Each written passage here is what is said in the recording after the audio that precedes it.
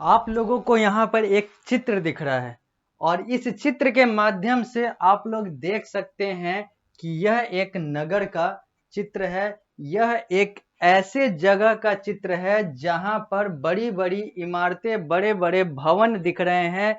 यहाँ पर सामान खरीदने के बाजार, चौड़े चौड़े सड़क, कार, अलग अलग और भी वाहन और अलग अलग बड़े बड़े भवन यहाँ पर दिख रहे हैं। यह चित्र मैं आपको यहाँ पर इसलिए दिखा रहा हूँ, यह स्मार्ट बोर्ड के माध्यम से चित्र आप इसलिए देख रहे हैं और मेरे द्वारा इसलिए दिखाया जा रहा है क्योंकि अब जो हम लोग एक नए अध्याय की शुरुआत करने जा रहे हैं वो है अर्बनाइजेशन पे केंद्रित, यानी कि यहाँ पर अब हम लोग इस अध्याय में बात करेंगे कोलोनलिज्म एंड अर्बनाइजेशन, यानी कि उपनिवेशीकरण और जो शहरीकरण है। अब इसकी बात होगी आप लोगों के कक्षा 8 में सामाजिक विज्ञान के तहत आने वाले इतिहास के एक अध्याय के अंतर्गत, क्योंकि इस चित्र के माध्यम से मैं यही दिखाना चाहता हूं आप लोगों को कि एक अर्बन एरिया यानी कि एक नगर वाला क्षेत्र जो है वो कैसा होता है, उसमें क्या क्या होते हैं। और यही आधार है अपने नए अध्याय का जो मैं द मोहित श्रीवास्तव आप लोगों का सोशल साइंस टीचर अब पढ़ाऊंगा, अब पढ़ाने जा रहा हूं, जो आप लोगों को पीएसबीआई के पाठ्यक्रम और पारस प्रकाशन पुस्तक के अनुसार पढ़ना है। यह अध्याय संख्या 9 है जो आप लोगों को पारस प्रकाशन पुस्तक के पृष्ठ संख्या 114 और 114 से कुछ पन्ने आगे तक मिलेगा। यहाँ पर जो आप लोगों को पढ़ना है यह पीएसबीआई के पाठ्यक्रम और पारस प्रकाशन पुस्तक के अनुसार पढ़ना है और यह आपकी कक्षा का अध्याय संख्या 9 है, इतिहास के अंतर्गत जो सामाजिक विज्ञान के तहत आता है। तो अब हम लोग बात करेंगे यहाँ पर कोलोनलिज्म और अर्बन चेंजेज की, यानी कि कोलोनलिज्म एंड अर्बन चेंजेज की बात होगी इस अध्याय में, क्योंकि यह अध्याय जो है इसी पर केंद्रित है, इसी पर समर्पित है। तो सबसे पहले इन दो शब्दों को जान जाते हैं, इन दो शब्दों का हिंदी अर्थ जान जाते हैं जो हम लोगों की मातृभाषा है। मातृभाषा में, हिंदी भाषा में हम लोग इन दो शब्दों की बात कर लेते हैं। कोलोनलिज्म एंड अर्बन चेंजेज यानी कि उपनिवेशीकरण और शहरी बदलाव, शहरीकरण। अर्बन चेंजेज भी आप इसको कह सकते हैं, अर्बन चार्जेज भी कह सकते हैं। यानी कि जब उपनिवेशीकरण यानी कि अंग्रेज जब भारत में थे, जब अंग्रेज का भारत पर शासन था, तब कैसे कैसे अर्बन चेंजेज और अर्बन चार्जेज हुए, यानी कि कैसे कैसे शहरीकरण हुआ और कैसे कैसे व्यापक बदलाव हुआ गांव और शहर में, यानी कि कैसे कैसे गांव जो है वो शहर बनते चले गए या फिर बने या नहीं बने। इन्हीं सारे चीजों की बात इस अध्याय संख्या 9 में की जाएगी और मैं आप लोगों को बताऊंगा हर वो चीज जो कि आप लोगों को जानना जरूरी है, इस अध्याय के तहत पढ़ना जरूरी है इस अध्याय के तहत। तो आगे बढ़ते हैं और बात करते हैं कोलोनलिज्म एंड अर्बन चार्जेज की, या फिर कहें तो अर्बन चेंजेज की, यानी कि उपनिवेशीकरण और शहरीकरण। इन दो चीजों की बात होगी इस अध्याय में। लिखा हुआ है, the East India Company established trading centre in the coastal region of India and started gaining administration control of this area specially Bengal after acquiring diwani right. हम लोगों ने एक दूसरे अध्याय में पढ़ा था, मैंने आप लोगों को बताया था, पढ़ाया था कि दीवानी राइट जो है यानी कि दीवान वाला जो अधिकार है कैसे बंगाल में अंग्रेजों के द्वारा ले लिया जाता है, छीन लिया जाता है नवाब से। तो यहां पर वही चीज लिखा हुआ है कि जो ईस्ट इंडिया कंपनी थी, यानी कि जो अंग्रेज थे, वो establishing trading centre in the coastal region of India, वो भारत के तटीय क्षेत्र में अपना व्यापारिक केंद्र बना रहे थे, बनाना चाह रहे थे और उसमें उनको सफलता मिल रही थी। And started gaining administrative control of this area, और वो इन सारे क्षेत्रों में प्रशासनिक नियंत्रण भी हासिल कर रहे थे, प्रशासनिक नियंत्रण भी उनको मिल रहा था, खासकर बंगाल में, खासकर बंगाल वाले क्षेत्र में, क्योंकि वहां पर उन्होंने दीवानी भी हासिल कर ली थी। दीवानी क्या होता है, कैसे दीवानी हासिल किया गया था, ये सारी बातें हम लोगों ने अलग अध्याय में कर ली है, तो फिर यहाँ पर उस बात को दोबारा रिपीट नहीं करेंगे। अगर थोड़ा सा भी समस्या है दीवानी वाले कंसेप्ट में तो आप उस अध्याय को रेफर कर सकते हैं। Following the revolt of 1857, the company rule came to an end and India came to be the administrative directly by the British government। यहाँ पे कुछ मिसप्रिंट है, कुछ चीजें हैं तो वो थोड़ा सा मिसप्रिंट है, इसको यहाँ पर ध्यान में रखते हुए यहाँ पर यह लिखा हुआ है कि जब 1857 का यानी कि वर्ष 1857 का जो इंडियन म्यूटिनी था यानी कि भारतीय गदर था, भारतीय विद्रोह था, या फिर कहें तो रिवॉल्ट ऑफ 1857-58 था, या फिर कहें तो first war of Indian independence था, जो मैंने आप लोगों को पढ़ाया है एक अध्याय में जहां पर यही पढ़ना ही था, द रिवॉल्ट ऑफ 1857-58। तो हम लोगों ने देखा था वहां पर भी, और वही चीज यहां पर लिखा हुआ है कि 1857 वाले रिवॉल्ट के बाद बाकी कुछ हुआ या न हुआ हो, लेकिन एक बड़े स्तर पर यह हुआ कि ईस्ट इंडिया कंपनी का अधिकार जो है, शासन जो है, वो भारत से हट जाता है और भारत जो है सीधा अंग्रेज यानी कि सीधा अंग्रेज राजा रानी के शासन में आ जाता है। वहां के एडमिनिस्ट्रेटिव कंट्रोल में क्वीन के और वहां के जो एडमिनिस्ट्रेटर है उसके कंट्रोल में आ जाता है। वही लिखा हुआ है कि following the revolt of 1857 company rule came to an end and India came to be administrative directly by the British government, यानी कि यहां पर डायरेक्ट अंग्रेज सरकार जो है वो भारत को चलाता है 1857 के इंडियन म्यूटिनी के बाद, यानी कि भारतीय विद्रोह, first war of Indian independence के बाद। 10 अतः began the rule of British in India, और इसी के तहत अगर कहें तो सही तरीके से अंग्रेजों का पूरा जो शासन था वो अब शुरू होता है 1857 के बाद। पहले जो द ईस्ट इंडिया कंपनी थी वो शासन कर रही थी और द ईस्ट इंडिया कंपनी को ही हम लोग अंग्रेज मानते थे, उन्हीं को हम लोग ब्रिटिशर्स मानते थे, क्योंकि ब्रिटिशर्स भी उन्हीं को अपना जो है अपना रूप मानते थे, अपना अंग मानते थे, या फिर कहें तो वो उसी के तहत भारत को नियंत्रित कर रहे थे, कंट्रोल किए हुए थे और शासन कर रहे थे। The colonial grip tightened over India, और इसी के तहत जितना ज्यादा यानी कि जैसे जैसे जो कंपनी रूल है वो गया और जैसे जैसे अंग्रेजों का डायरेक्ट शासन आया, प्रत्यक्ष शासन आया, जो कॉलोनियल ग्रिप था यानी कि जो उपनिवेश वाला जो पकड़ था वो और ज्यादा मजबूत हो गया। उपनिवेश का मतलब होता है जब कोई देश या कोई क्षेत्र किसी दूसरे क्षेत्र में विस्तारवाद नीति के तहत वहां पर नियंत्रण करता है, तो इसी को हम उसका उपनिवेश कहते हैं। यानी कि अगर इंग्लैंड है और इंग्लैंड अपना विस्तार कर रहा है या फिर अपने शासन का विस्तार कर रहा है विस्तारवाद नीति के तहत, और अगर वो भारत पर शासन कर रहा है, भारत को कब्जे में ले लिया है, तो भारत उसका कॉलोनी है, हिंदी में कहें तो एक क्षेत्र है, या फिर इसी को कहा जाता है उपनिवेशीकरण, या फिर इसी को कहा जाता है उपनिवेश, जिसको अंग्रेजी में कॉलोनी कहते हैं। तो यही लिखा हुआ है कि जब ब्रिटिश का शासन आया, ब्रिटिशर्स का शासन आया, यानी कि ईस्ट इंडिया कंपनी का शासन गया और डायरेक्ट ब्रिटिशर्स का शासन आया, तो कॉलोनियल ग्रिप जो था, उपनिवेश वाला जो पकड़ था, वो भारत पर इन अंग्रेजों का और ज्यादा हो गया। The main aim of the British now was to establish its hold over all the means of production and reduce the status of India merely to a supplier of raw material।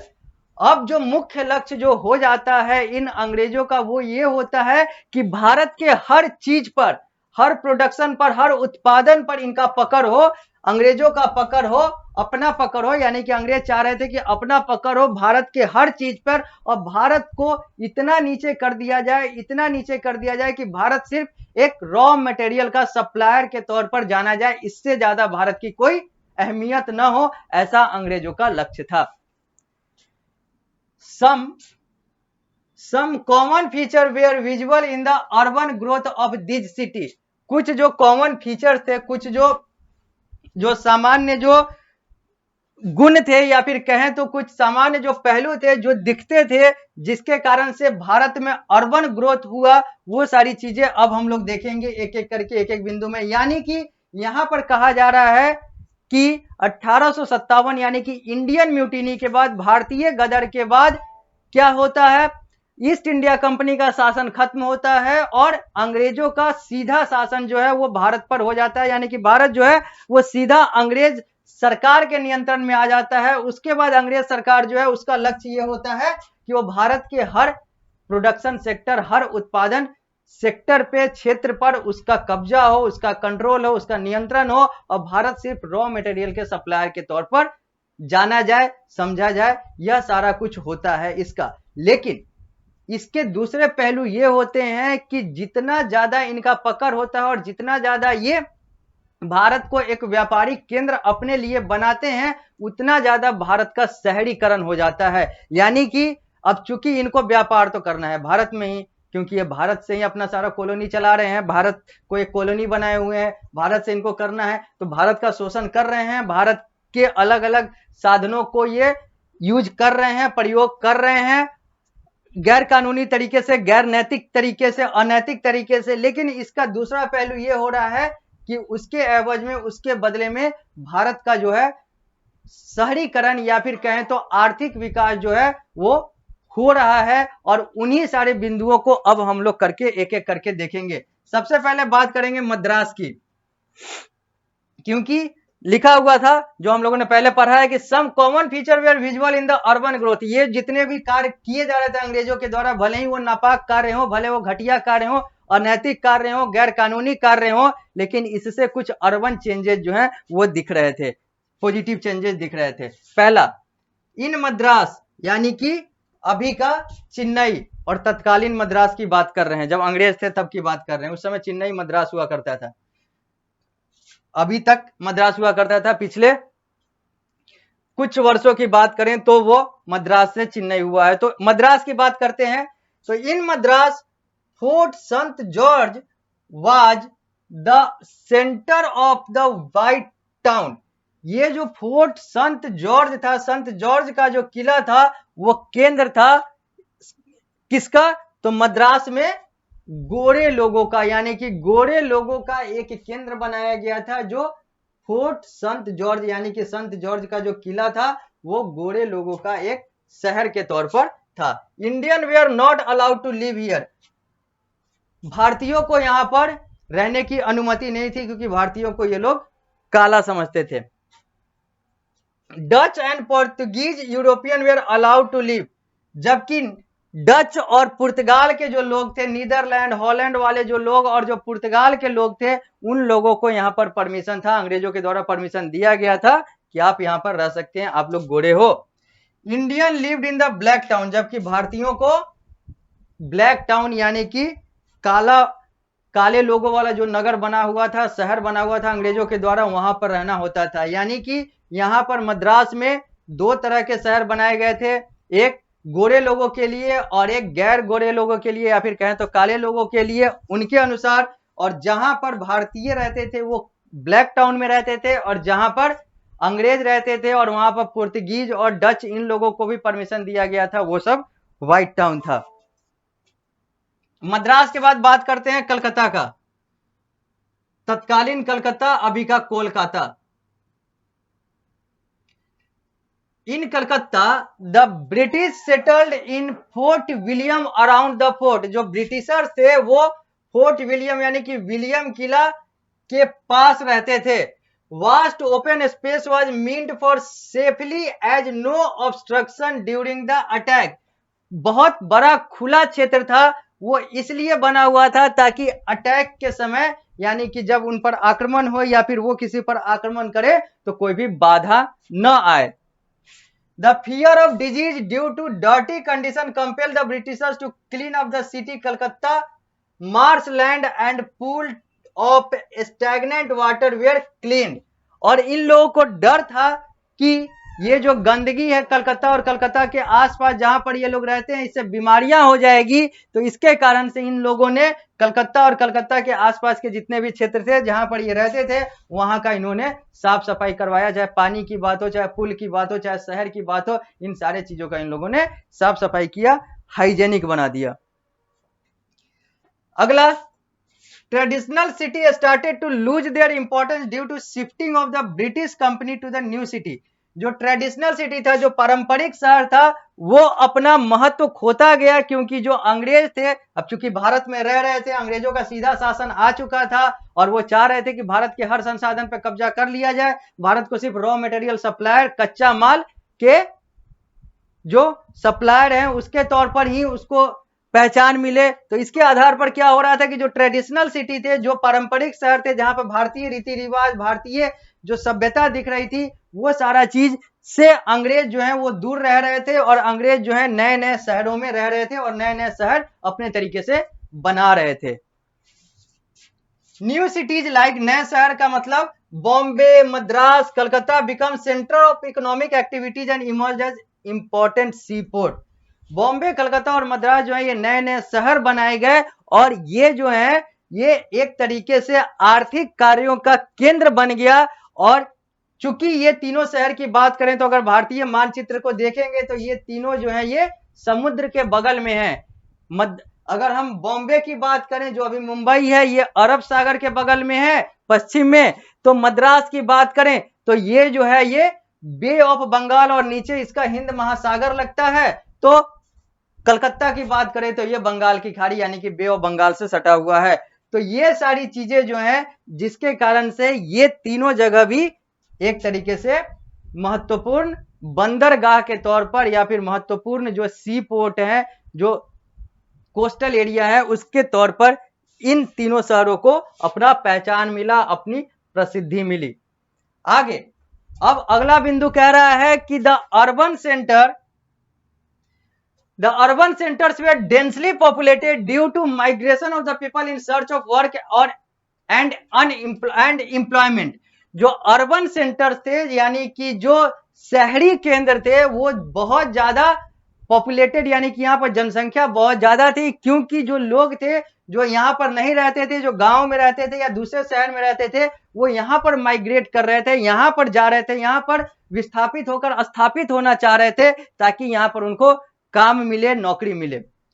New occupation emerge, नए नए व्यवसाय यहाँ पर बन रहे थे। People started to move to the urban area for job, और लोग जो है वो शहरी क्षेत्र में, नगरीय क्षेत्र में मूव करना शुरू कर गए क्योंकि उनको वहां पर नौकरियां मिल रही थी, यानी कि नौकरी के तलाश में ये लोग यहां जाने लगे। Native Indian lived in densely populated area where majority of poor people lived in small houses. Native Indian lived in densely populated area where majority of poor people live in small houses.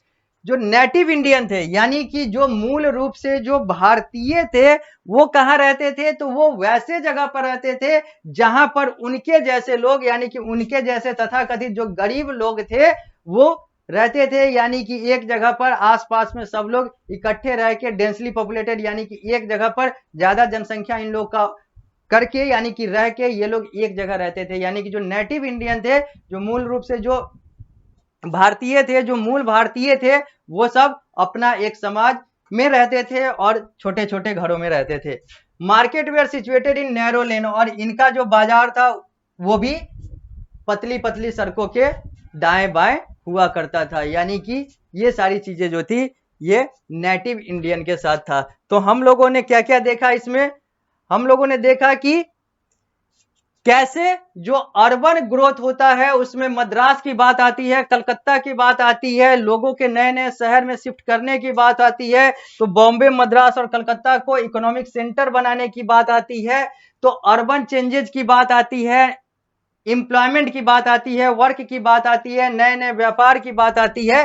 तो वैसे भारतीयों की भी बात आती है जो अपने ही गांव में रहते थे, उनके गांव में पतले पतले सड़क थे और सड़क के आसपास यानी कि दाएं बाएं जो है वो दुकानें हुआ करती थी, वहीं से वो अपना दिनचर्या चलाया करते थे, जैसा कि इस चित्र में देखा जा सकता है। यह ब्लैक टाउन है मद्रास का, यानी कि यह वो जगह है जहां पर भारतीय रहते थे।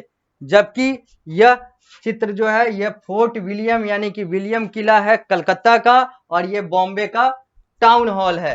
अब हम लोग अगली कक्षा में आएंगे तो इस अध्याय को यहीं से आगे बढ़ाएंगे और बात करेंगे और आगे की जो हम लोगों को public school board of India और पारस प्रकाशन पुस्तक के अनुसार पढ़ने हैं। तो मैं आगे यानी कि अगली कक्षा में इस अध्याय को यहीं से आगे बढ़ाऊंगा और बताऊंगा वो सारी चीजें जो अभी हम लोगों को पृष्ठ संख्या 114 पर और देखने हैं, और 114 से हम लोग आगे बढ़ेंगे। तो मिलते हैं अगली क्लास में, तब इस अध्याय को यहीं से आगे बढ़ाया जाएगा।